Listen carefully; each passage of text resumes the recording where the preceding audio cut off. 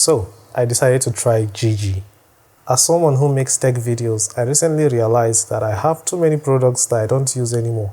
I decided that instead of just keeping them to gather dust, it was time to get rid of some of them.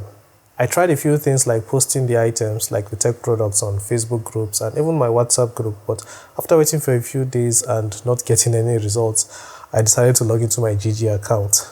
This video is only going to cover my experience with Jiji. I'm not going to be talking about things like how to set up the account or how to even start selling. But if you guys want a video about that, let me know in the comments and I'll start working on it. Also, for those of you who wish to start a tech channel and you want to create videos like I do, you should check the link in the description or even check the pinned comment. You'll see a link that will give you access to everything that I use. Alright, so back to Jiji. So I wanted to sell this watch. And after creating the post for the watch, I decided to leave the app and go do some other things.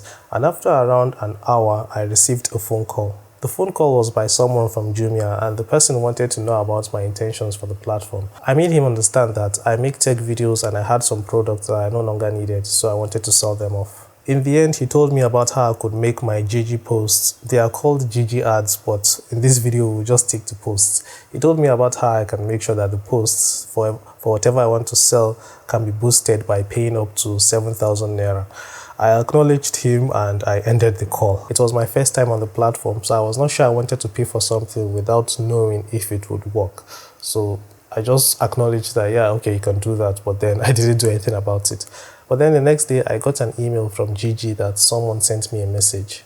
Sure enough, I opened the app and there was a message there. Someone was interested in the watch that I wanted to sell.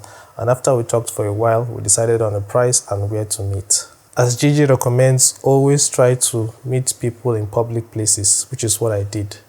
The whole story about how it went with the buyer is not something I will go deep into, but I'll just summarize. It's another story on its own, but I'll summarize. The person that I talked to about selling the watch was not in my state, but he said he had someone in my state that will come and get the watch from me. So after meeting the person and exchanging greetings and all that, she checked out the watch, confirmed it. We even had a video call with the person and he saw the watch and confirmed it, and the call ended. So just to confirm again, she asked me for the price that I agreed with the person that wanted to buy the watch, and I told her and she was like, no discount.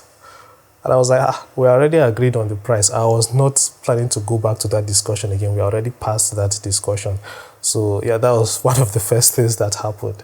So as she was trying to pay, like using her app to pay me, then she started talking about how they had solved cases of people that would sell phones, and when the person that bought the phone got back home, they would find wood in the box instead of the phone itself. And she was one of the people that handled cases like that.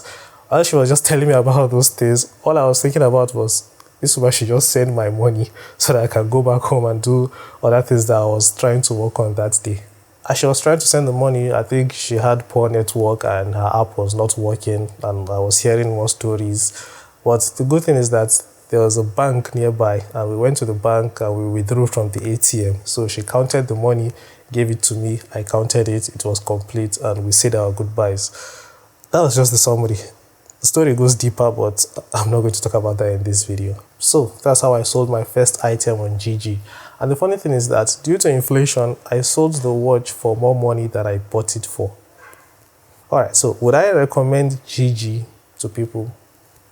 Well, for now the answer is yes. But you should always take all the precautions that they have set, because if you check online, I checked online before even trying to sell the products. There are lots of stories you hear about people getting scammed and the rest. So always be careful to who you sell. So if you have sold on Jiji before or bought from Jiji, please, if you have any stories you want to share, you can share your stories in the comments. And for those of you looking to start a tech channel and you want to know what you can do with products after you're done reviewing them, ideally, one of the things you should do is sell the item if you don't need it anymore. But there are other things you should do before selling the item, and I'll work on a video on that. So check the description if you're interested in my equipment, and ask me any questions you have in the comments. I'll be seeing you in the next video. Take care and bye-bye.